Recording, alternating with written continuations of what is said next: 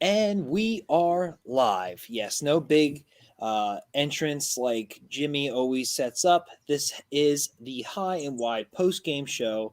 I am Jack from High and Wide. With me is Derrick Bobb and Flyers Johnny. I feel like I had you two guys before to myself. This is like a reunion already.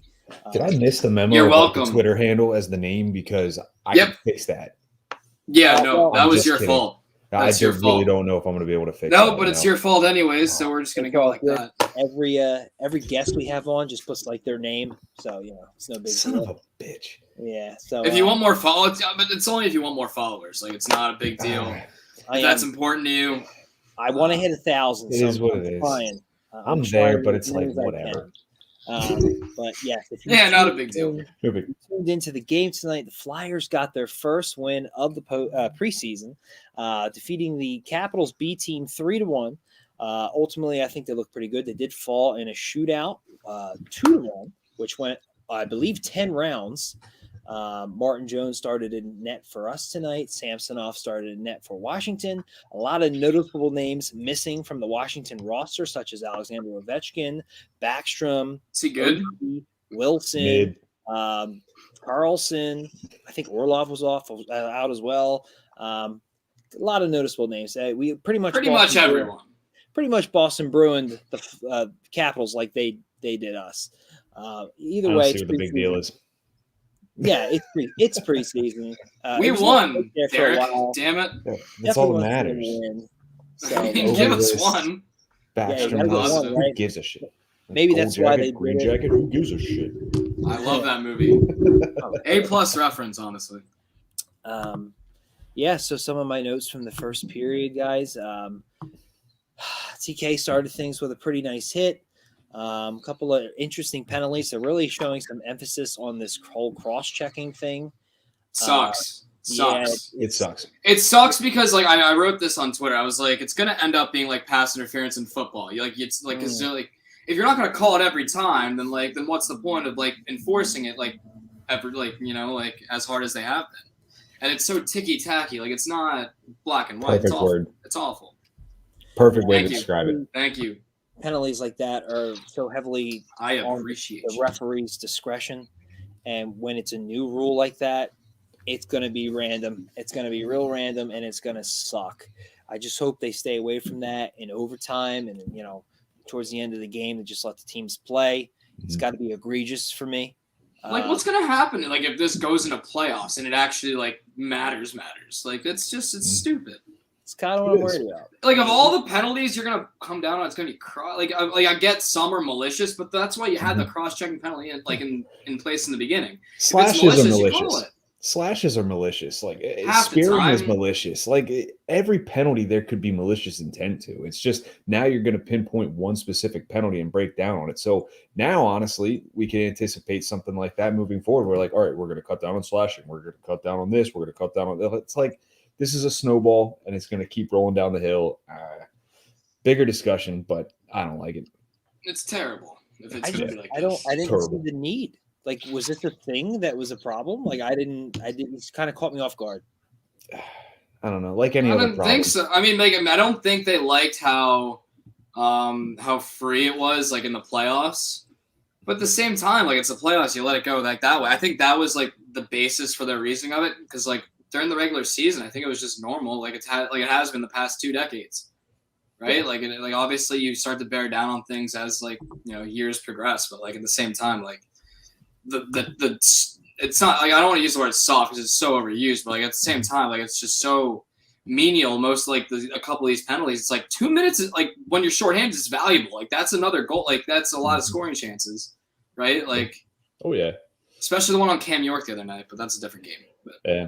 It is what it is. It sucks. We're going to have to live with it. But I have a feeling that if it does start to get a lot of pushback, at least, within the league, they might look at it and kind of ease up a little bit. They're still going to say, yeah, it's a brand new rule, but more so to appease the masses, they're just going to be like, that's not a cross check, and I think it might peel back a little bit. But I just think it's stupid. I mean, I certainly agree with you. I hope it does. They were saying on the broadcast in the Boston Bruins game how you like offense. Well, there's going to be a lot more power plays. And I didn't exactly sit well with me because they're going to be, as I was saying, with the referee's discretion, they're going to be so random. Like it's not going to be every. Like it was tonight, kind of again. Like, well, maybe I didn't. I saw the one that Konechny did. Like, was kind of. I mean, that was a pretty bad penalty. Like, it's not. Missed some though. There were some cross checks they missed. There was a high sticking at the end of the game. There was one on what's it called? There was one on. Samsonov caught one up high. There was one on Farabee. That was his own teammate. Oh, that's right. Yeah. Yeah, Kepney did that. They called it on Haig 2 years ago. Like, what the hell's stopping them now? I was going to say there's some stranger things. No, the cross check on Farabee in the third period at the blue line. Like that's the one I strictly remember. I'm that's the one you're not gonna call, especially like that, like at that pivotal point in the third period. I think we were all up 2-1 at that point. Like it's preseason game still, but like I take a call like that over a call like York's the other night any day of the week because that's what it really matters. And I think you got to think like the ref regretted the York one. Like that's like I don't think anyone really agreed with that because it was just so it was a little jab on the hands. That's it. It's them appeasing. It was playful. It was it was. It was like, hey buddy, I'm right here. Yeah, it's let you know that I'm here. Give a little something extra. And it's going to be like that now for the rest of the seasons. They try to figure out what's a good call and what's not. And I just hate experimental seasons like that. It never bodes well. The referees, I hate to sound like that fan, but they really don't got it going on at all. It's completely random. Their discretion is not to be trusted. So just hold your breath and hope for the best. If it's consistent, then it's okay. But if it's not going to be consistent, like it's probably not, then yeah, it's an issue. The word officiating and consistent, they just don't go together. They just in any sport, really. Exactly in any sport, I agree, and it's a shame. We'll see what happens. It's not good. It's preseason. Use that old cliche. I'm going to use it every post game. It is preseason, and speaking of which, it was preseason at the Wells Fargo Center as the second period ended abruptly due to the lights not turning back on. That was all part of it. It was planned. Yeah, I mean, totally. If it was planned, they fooled me, but I'll take your word for it. You didn't like it? It threw me off. I have like a ritual, like when the intermission is and things I do, and it ended a little early for me. I didn't expect that, and then they finished out the second and swapped sides and jumped right into the third. But I'm getting a little ahead of myself here. You didn't like a 22-minute and 54-second third period? You don't think that's a regular thing that should happen? The 54 seconds I thought it was fine. Once it started going, didn't even notice the difference, honestly. Just threw off my ritual. Pretty sure that happened last year when someone shattered a panel on the boards. Yeah. They had to play the last minute and 30 seconds in the third period. Yep, absolutely. Not uncommon. So I believe Washington opened up the scoring with a power play goal. That was not an impressive penalty kill by any stretch of the imagination. No, it wasn't. It was pretty bad. It was pretty bad. However, the Flyers responded nicely with a fantastic play by G and Yandel to keep the puck alive, and that one-timer by G was fantastic. Then things got a little chippy. We saw TK hit somebody pretty early. Russo was throwing the body around all night. Hathaway was a real thorn in our sides all night. Everybody was throwing hits. G even threw a hit at Hathaway. He deserved it, let's be honest. Pretty dumb penalties. I saw Yandel getting involved. I loved it. I mean, personally, I loved it. Like, it was awesome. Like, I loved it. It was great. And Risto pretty much ended the period with a really nice hit on somebody. And all in all, I thought it was a pretty decent first period outside of a few rough sequences. Anything on the first period before I move on to the second? Yeah, go ahead, Johnny. I'm good. I don't have anything. What do you mean over to me? I'm sitting here shaking my head. Oh, what do you think? I don't know. Like, what do you think now? I mean, summed it up so beautifully. You're leaving me in the trenches taking grenades. Like you saw me shake my head. That's what I do. I'm used to hosting Pod Street, so it's like I'm just like, hey John, what do you think? And he just takes it. And I'm like, I sit back, I kick my feet up. You know. Yeah, I mean, I love the hits. I love the intensity. I love the energy. I love everyone sticking up for one another, which was a theme throughout the whole game, not just in the first period. But I liked how I felt like we were a little bit more little bit faster, especially getting shots on net in the first period, which was good. That's something you'd like to see, especially with the main core of guys in the lineup. Yeah, no, that's all. I mean, that's what you wanted, Derek. That's what you got. You're welcome. That's exactly what I wanted. Was that good enough for you? It was. It was satisfactory. Done to perfection. I appreciate it. No, I mean, aside from like a bounce in front of Martin Jones, that Protas goal wouldn't have happened. So it is what it is. The Giroux goal, awesome. Rocket of a shot. That was fantastic.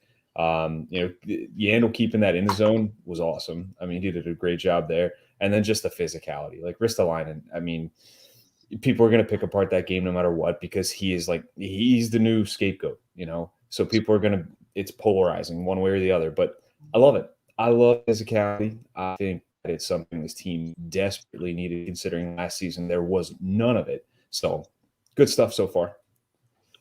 Yeah, and that scapegoat got Flyers player of the game. So I'm sure that set some people off.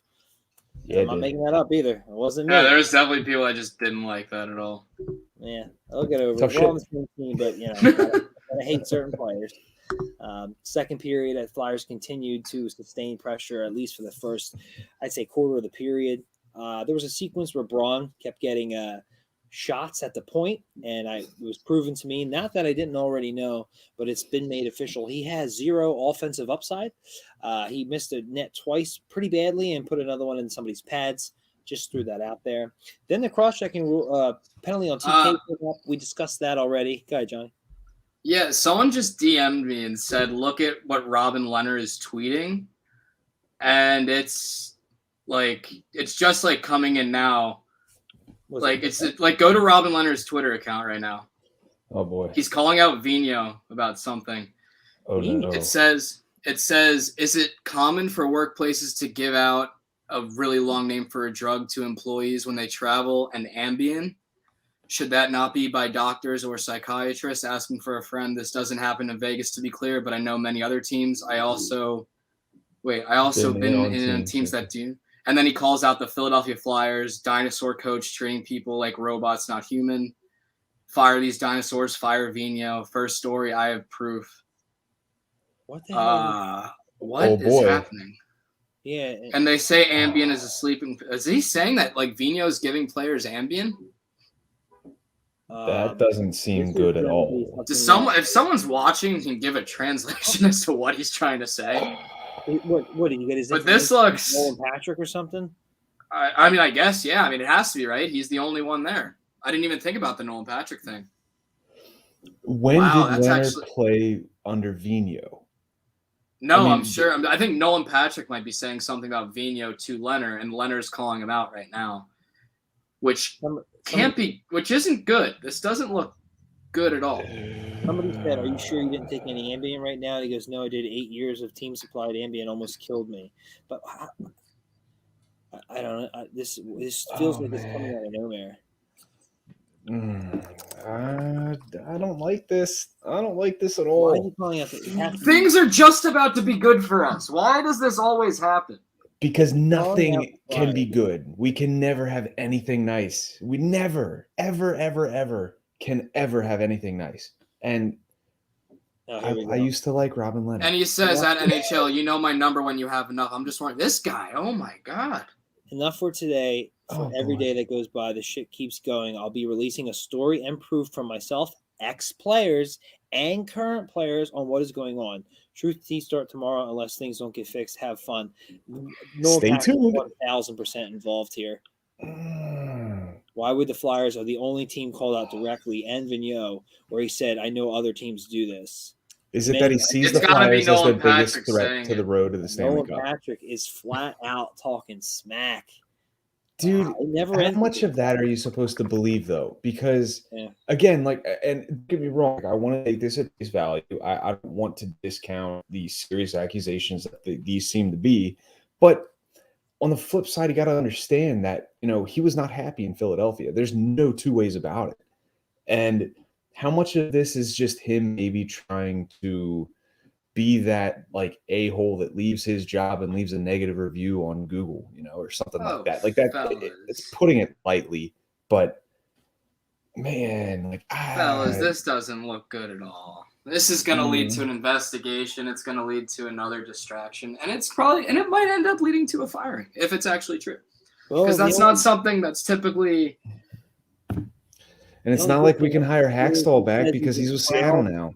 All right, so should we discuss next coaching options? Shift gears here. Does Terrian take over? Are we fucked? No. This is no longer a post game.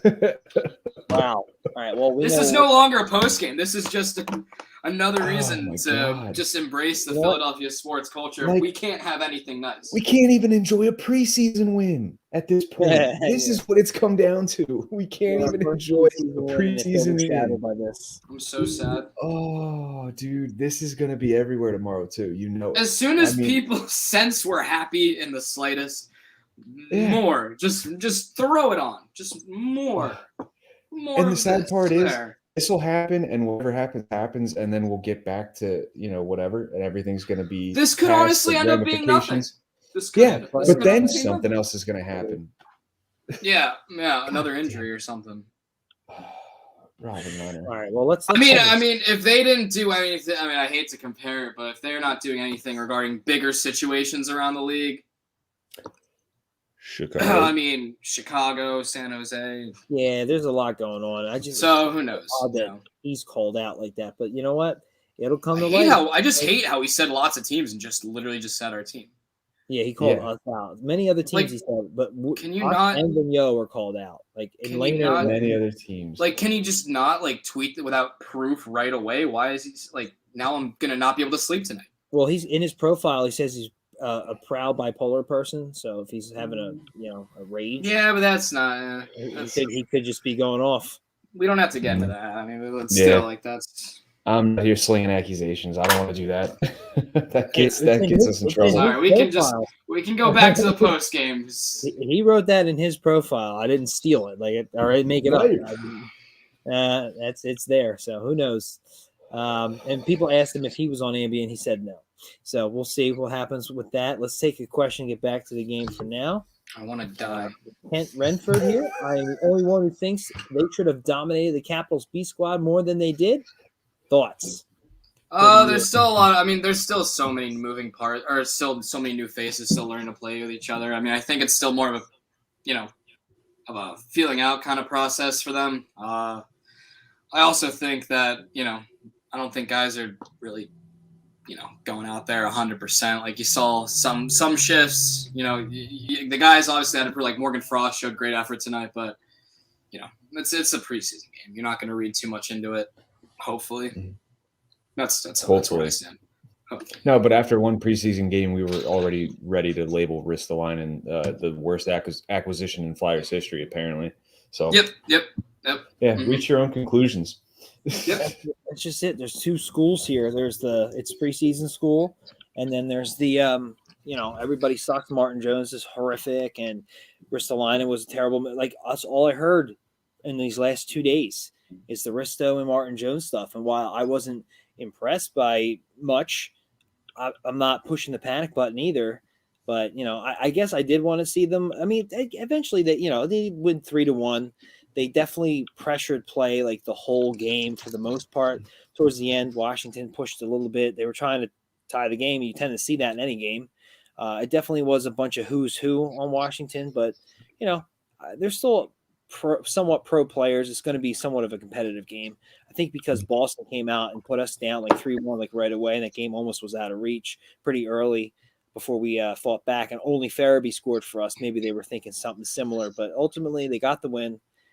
Can't ask for much more. I'm not worried at any means. I like what I saw. I like that Risto was throwing the body around. I like that G had a hell of a one-timer. I hope he does that more on the power play. That's a great shot. That was a great shot. Far post. Awesome. Yeah, I like that everybody in a preseason game, and I know it's a division opponent, but it's not the guys you tend to see night out. The Brassard, when he jumped in to make sure Provorov. Oh, I love that. That was awesome. Yeah, I freaked out. I loved it so much. That was awesome. I literally saw him mouth. You didn't see that last year. No, not at all. Those players didn't exist. Maybe Lawton, but when Lawton gets jackknife powerbombed at center ice by Curtis Lazar and nobody even raises a hand, what do you no one bats an eye. No. Here's what happened. Voracek will skate up to glide him, push him, look him in the face, and then skate. I called that the Canadian suplex. The Canadian suplex. I have tried copywriting it, but I've gotten some pushback from Vince McMahon. We'll put it on a T-shirt. I should. Yeah, that's what Lazar did. Literally gave Lawton a whirl at center ice, and nothing was called. Bastard. It was bad. It was almost as clear as your picture right now. Yeah, and I'm trying to think of any other noticeable plays. Speaking of that Provorov Hathaway thing, did anybody find it weird that JVR got assessed a penalty? He wasn't even on the ice. I saw Atkinson, Lindblom, and Brassard as the forwards on the ice. I don't think he was on the ice. I thought, and then I saw Provorov and Ellis. Like those were the five. And I thought when they had 2 minutes, am I right? 2 for I thought they were going to give Provorov the double minor. I thought it was a double minor for Provorov, and then I thought because he clocked him in the face. Yeah, for that, But if not that, I thought maybe 2 minutes for Brassard for jumping in like he did. And it just says James. I thought it was a mistake. I still kind of do. I think it isn't. I think it wasn't because he wasn't on the ice. And the broadcast was even talking about it. They're like, what did he do? Was he there? I don't remember seeing him. So whatever. Yeah. Or preseason kinks being worked out there. I did honestly think that Martin Jones needed this game too. Like I don't mean to backtrack too far. He played well. He did. Nothing spectacular. His rebound control wasn't good still. Like it was like a lot of second I will say this, our forwards back checking did a great job of clearing. Specifically Morgan Frost. I remember one where the puck was just sitting there after a low shot and just sitting in the slot and he just cleared it out. That's all you need. And for that matter, the forecheck too. I mean, I noticed at least in the second period, like there was a sequence, I forget what I'm looking at here, but like the forecheck was just tenacious, like just all over the puck, going after the defenseman for Washington, just, looking for any type of opportunity to pickpocket one of them. It looks good. Like there's a sense of urgency, I guess you could say. They're hungry and they're getting after the puck. And that's something that last year, everything seemed so lackadaisical and everybody was just kind of going through the motions out there. And it's nice to see there be a little bit of passion, behind these guys' plays now. Yeah, no, I remember specifically seeing Farabee go, like it was the third period, and he darted right to the corner on the forecheck. I thought that was, and then he fell, which I was concerned for maybe 5 seconds, and then he got back up, which was good. But then I also said in the first period that Nathan Thompson actually looks like he's a little bit quicker than I remember from a couple of years ago, which is good. He was getting to the outside on the defenseman on the zone entries was pretty good on the dump and chase. So.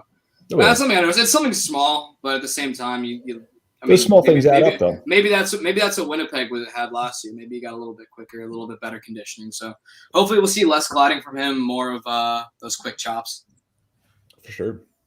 Yeah, no, I saw a lot of passes being broken up in the neutral zone and zone entries. They were denying. You had active sticks. I felt like last year, a lot of times the team was already in the zone before any defense was actually being played. And a lot of it was on the penalty kill later in the game. A lot of it led to breakaways. We had Atkinson almost bury one. I believe Lawton had one earlier, and then they obviously scored towards the end of the night, which was a really nice play by Alpgubon himself. There was a lot to like there. If they can play that kind of defense against the actual Capitals, we'll be in business. Because there was a play in front, wide open shot. And I can't remember who it was, but they hit the post, and it's like if that's Oshie, if that's Ovechkin, like that's going on. So I mean, I'll take the win. Win's a win, Specifically on the, I remember there, like I said, I keep mentioning the third period just because that's what we saw last, and that's what's in my memory. But I remember there was one shift. I said this was Morgan Frost's best shift. He got stick on puck 4 separate times, whether on the forecheck in the offensive zone or in the neutral zone, which I thought was great. I thought that was his best shift. Just showing his two-way ability, showing his effort. His compete level was good. And then I also remember Ristolainen meeting someone right at the blue line, poking it away. Someone else picked it up on the Capitals. He poked it away from them too. And I thought that was good, the aggressiveness right at the blue line as opposed to letting him get his zone entry. So I thought that was good. Just 2 instances of what you were just alluding to. So just active 6. That's all you need. All you need is effort. Active 6. That line is sneaky good too. Like I feel like that's going to be a pretty solid line. Was it Farabee, Frost, and JVR? Yeah. Like you've got a solid mix there where like Frost could be that distributor like Giroux has been in the past, and he can get you the assists. But I mean, you've got a guy in Farabee who can finish. You got a guy in JVR who's going to sit in front of the net. He's a big guy, big body. He's going to be able to screen the goalie. I mean, it's a good makeup for that line. And I really do think, I said this on Pod Street Bullies last week. This is the best chance that Frost is probably going to get to prove his worth to this franchise. Oh, so, easily, I mean, yeah.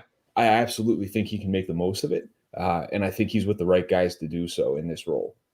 I mean, you already see that connection between Frost and JVR. I mean, I think twice Frost went below the red line where that's his best game. Is below the red line, the offensive zone, and he got the puck to JVR right in front of the net or at the side of the net for a quick shot opportunity there, and that happened twice this game. So he's the common denominator. Like, he's been really good with Farabee. He's been really good with Frost, JVR. So I mean, him tying those two guys together, two young guys. He's that veteran mind on that line. I really do think that could be a really good line. And I mean, It's going to make a decision, pretty tough to make when Hayes comes back. Hopefully, I'm not going to sit here and tell you Morgan Frost is going to be your Calder Trophy winner, but some might. Hard to believe he's still a rookie, honestly. Every time I hear Morgan Frost and Calder Trophy, I'm like, is he still eligible for that? But it turns out he's eligible every time. So Panarin still is. Yeah, that's what I'm hearing, actually. Kaprizov will win it in another 3 years, too. Yeah, too. Yeah. Morgan Frost, Calder Trophy, hot take. Where have I heard that before? Apparently it's the hot item right now. Nobody's saying that. No one at all. No one you heard it here first. Yeah. Definitely not Jim. Jim definitely didn't hear it. Jim definitely didn't say it. Half of Twitter definitely didn't say it. Not really a hot take anymore. However, my question is, if that does, because there's no chance that Frost doesn't make the lineup now. They need him. They just don't have the center depth. They in that line, if it's clicking, they're just going to roll with it. They have to.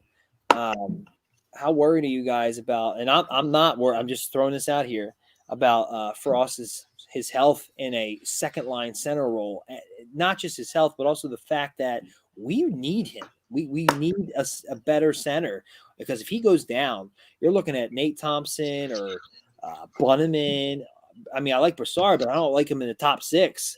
So where are you guys at with Frost? And Hayes is out for a while, so I guess I'll say first quarter of the season.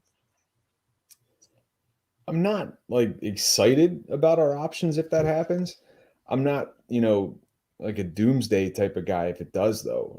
I'm not ready to pack it in. I think that, if you think about it too, Frost is kind of still an unproven guy.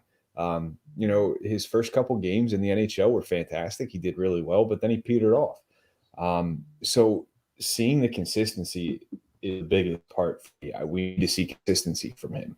But in terms of excitement, yeah, absolutely. I'm excited to see him do this. I'm excited to see him get an expanded role with this team. I'm not necessarily worried that he's going to get hurt. I think that he's playing with a guy like JVR. He's playing with a guy like Farabee. It's going to be minus JVR. It's going to be a pretty quick line. They're going to be a fast line. So hopefully they can use that to their advantage and, not get stuck in some suboptimal positions, if you will. Yeah, no, I mean, I'd echo everything that Derrick said, honestly. He's only saying that because he was stuck in his phone the entire time. No, I'm not saying that. Shut up, man. All right, anyways. Too, dude. This Leonard thing has me I know. I'm getting texts about it. I'm like, oh. He's tweeting again? He's tweeting again, isn't he? I'm not I've got a buddy that's actually. You can check my. No, he's not. I don't think so. There's somebody telling me, he says, I guess apparently AV's been treated players by giving them sleeping pills without consultation from a doctor, likely in reference to Patrick, but he mentions Hart too. And then he said, according to this accusation and personal anecdotes, it reduces the effectiveness of sleep, making the players live miserable. One, why would you include Hart in that? Two, I don't even know. I don't want to go back to it because it's just going to open up another can of worms, but good God. I mean, I'm sure whatever, he's just echoing whatever Nolan Patrick is telling him. Sure. Probably. And Nolan, you want to take it at face value, sure, but, just how bitter was he here in Philadelphia? Right. I mean, I'm sure, I don't think he'd make that up, but somebody retweeted it and said, I have read the tweet multiple times and I cannot for the life of me understand what is happening here. And he responded directly and said, "Easy. They screw players while abusing them. You're welcome for the clarification." Seems pretty clear. He's abundantly clear, like hardball here, but I don't think he's lying. Like, I think there's something where there's smoke, there's fire. I don't like his source. I don't like his Nolan Patrick. To me, strikes me as super, super bitter. But I think there's more to it than just Nolan Patrick. So I like you guys said. I hope that I'm interested to find out more. It's something to wake up to tomorrow. Right. Something comes out. They talk about it. I do hope nothing comes of it. I hope it's a misunderstanding or something. God, I hope. Yeah, I mean, I've never heard anything like this. And why would AV get fired over? Like, was he sneaking on pills? I don't know. I mean, these are. I mean, I'm sure it might be like a Joe Pa situation where he was aware of what's going on and didn't do anything about it. Like, maybe that's probably why. Could be. I mean, these are some pretty. I mean, yeah, they're pretty serious. Taking them at what they are, they're pretty serious accusations. He's not a doctor. He can't give these things out. So I mean, and you're talking about kids essentially with Nolan Patrick and Carter Hart. So again, Carter Hart was only brought up by one of the guys I follow, and we follow each other on Twitter. But serious stuff, dude, that has me a little concerned. But I don't know. I just want to laugh. I can't do anything. I don't want to laugh because it could fuck us over. I don't know. Yeah, I don't know whether to laugh, cry, like be happy over this win or what I saw I'm doing today. To keep myself from crying. I don't know what to feel. Tell me, Derek, what should I feel? I think you guys had it right the first time. It's just revel in the win tonight. Season. Why can't we? Why? Why is there always something looming overhead? Like, it's always something. And it's just like, please be nothing. Please just clarify it. Find out it's whatever, not as bad or misunderstanding, and just go away, please. This can't blow up into an investigation or something. Right? I feel like at the very least it's going to lead to an investigation. Like, they can't just see this and not do their due diligence. Like, here's the thing, though, and I don't mean to get too serious, and I don't want to completely sidetrack. But if they're going to make this an investigation and they're not going to do anything about what happened in Chicago, well, they did. They technically did do a baseline invest, just not a good one, thorough one, appropriate one.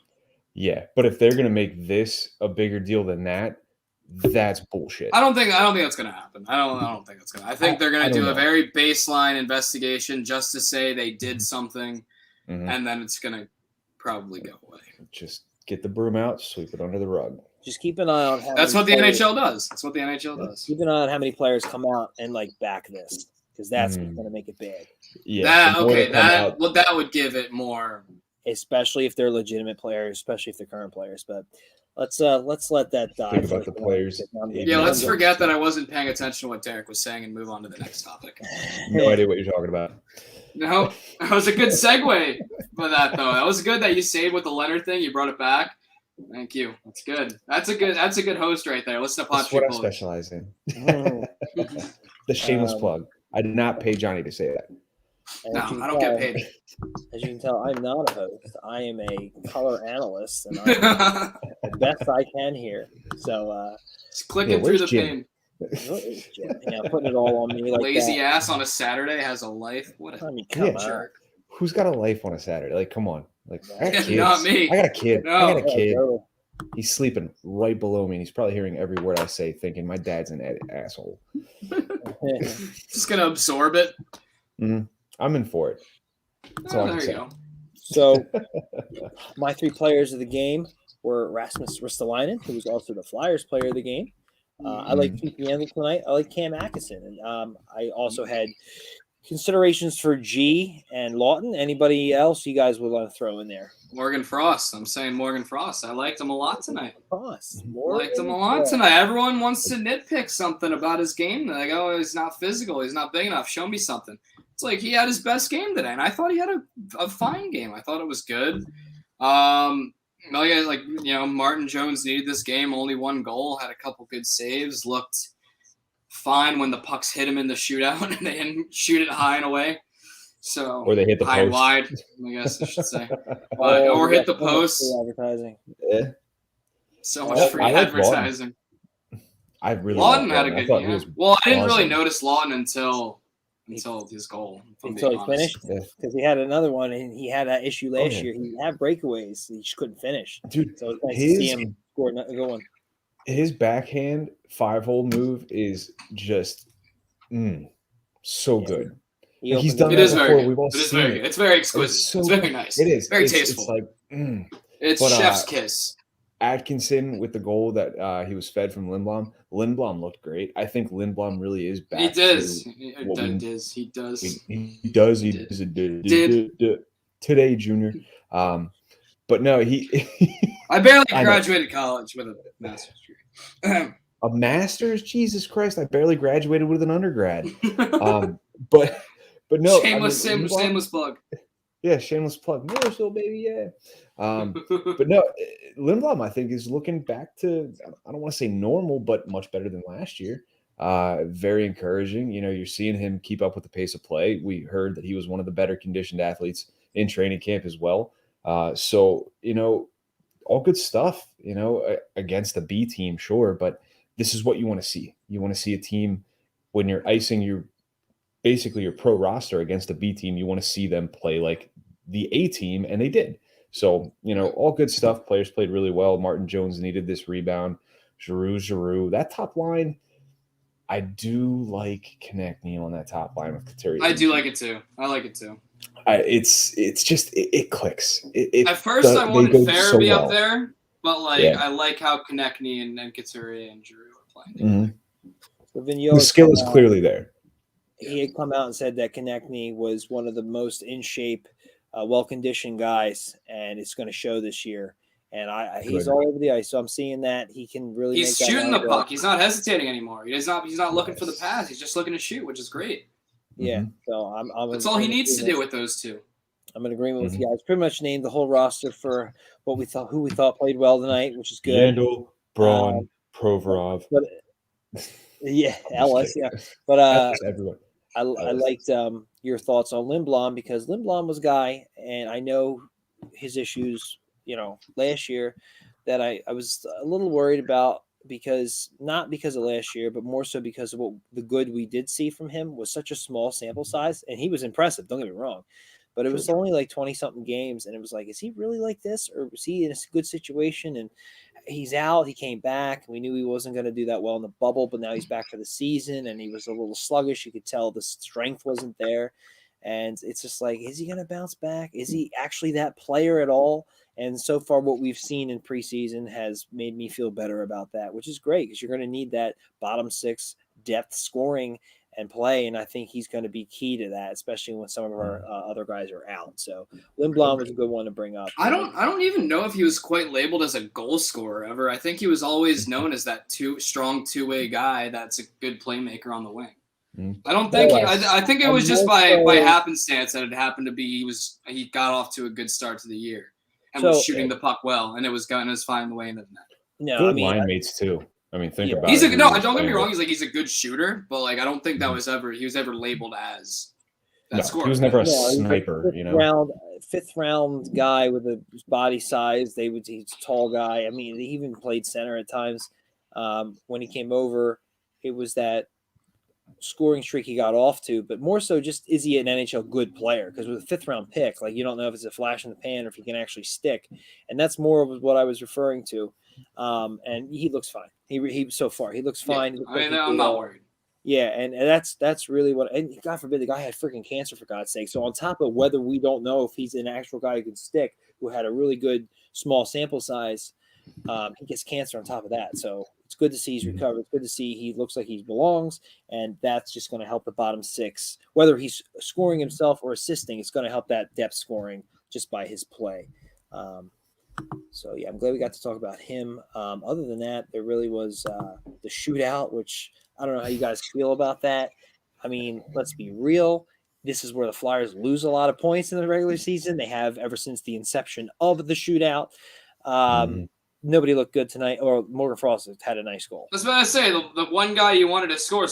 So and he had a smile on his face. He knew it was good. Could have won it right there, but that's fun. Martin Jones lets in a Trevor Van Reeves a little goal. Flick, a little flick. Oh, geez. So the That was like round 5, so it went on another 5 rounds. And some guys looked like they really didn't care.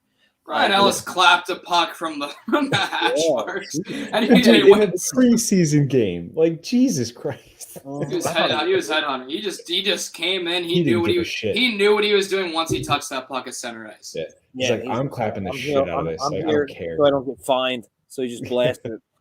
Yeah, so I'm only Vino told him to get out there. He looked back at Vino like, "Are you fucking kidding me?" And then he just goes on.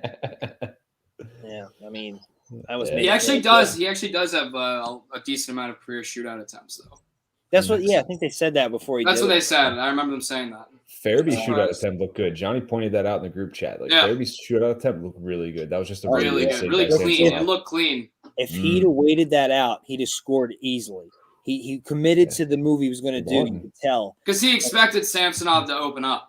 Right, and Samsonov crumbled like it was weird. But if he'd have just held it a little bit longer, he would have had all the net in the world. Lawton's attempt was good too. Move. Lawton just ramped up off that stick, but I mean, he had Samsonov. Samsonov turned the stick from skinny to flat, and I think he got a piece of it. And good save by him, but awesome attempt by Lawton. Yeah, no, I like what I saw for sure. Lawton always looks good on his breakaways. It's like he just doesn't always score. He just doesn't always finish. It's strange. He's usually the guy on the penalty kill. I'm glad we got Atkinson now, so we have more of those guys that gets on these breakaways. And he looks good with his moves. It just you almost jump out of your seat thinking, "Oh, that's going in," and it just doesn't. It's weird. I don't know if he's just snake bitten or maybe last year was just that bad, but yeah, I would pick him in a shootout or a breakaway for sure. He knows what to do leading up to everything except for the finish. Like, and he gets too excited. He gets too excited. But I'll see like Jake used to come in and just like I don't even know if he stick handled at times. Like the puck would just be on the stick and it would just push it forward, and he would just take a shot and like miss the net. I'm like, what the hell was that? Well, no, the classic shootout goals with Simmons. No, do you remember the series of shootouts with Simmons where it was like he would literally be skating in at a snail's pace and just like deek, boom, shot, and it would go in. Like he won like 2 or 3 shootouts for us, like in a row consecutively. And it was just real quick stick handling in tight and then just flip it past the goaltender. This was probably 5 years ago or something like that. At least it was something. You got to try something. That was the whole thing with Voracek. And I got told like, oh, he's looking for something. I'm like, okay, well, obviously it's not there. So his little tic tac like snail's pace going in. Well, it's funny you mentioned Simmons because they both did the same thing. Like, well, Voracek did this pretty much every shootout. They would both swing way out to the left, coming at an angle, and they would both like. Well, Simmons was successful. Voracek wouldn't. Like he would just like tip, look for something, nothing, run out of room, and then just try to make something out of nothing. He almost looked like he almost wanted to turn around, skate back to center, and try again. Like it's just. Yeah. But look, man, try the triple deke move from the Mighty Ducks. It might work better than what you're doing right now.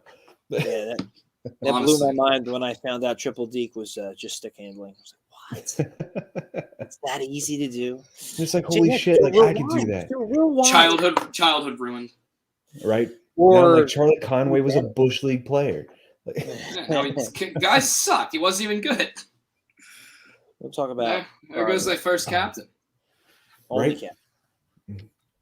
All right, so they made a mistake, that was the game, folks. Adam Banks should have been the captain.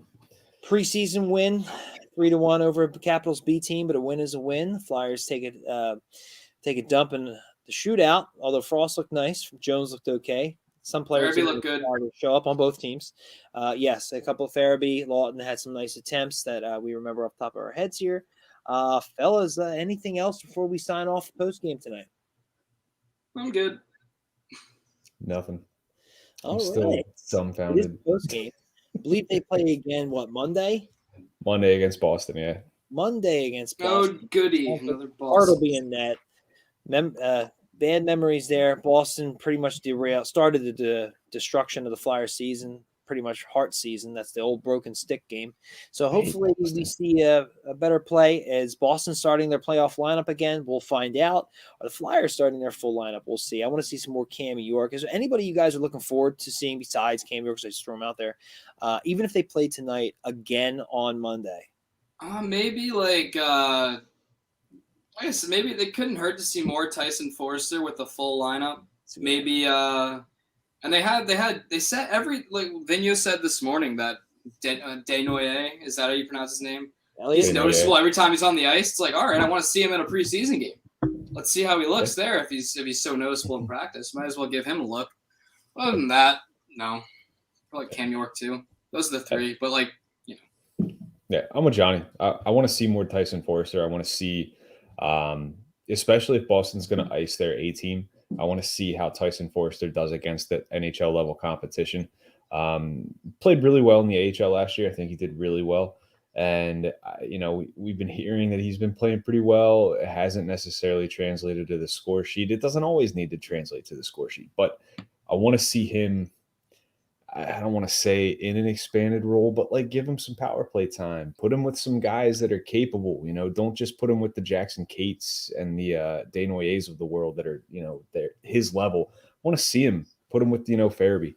Put him with Morgan Frost for a little bit. Put him with some guys that can feed him the puck and get him some good scoring opportunities.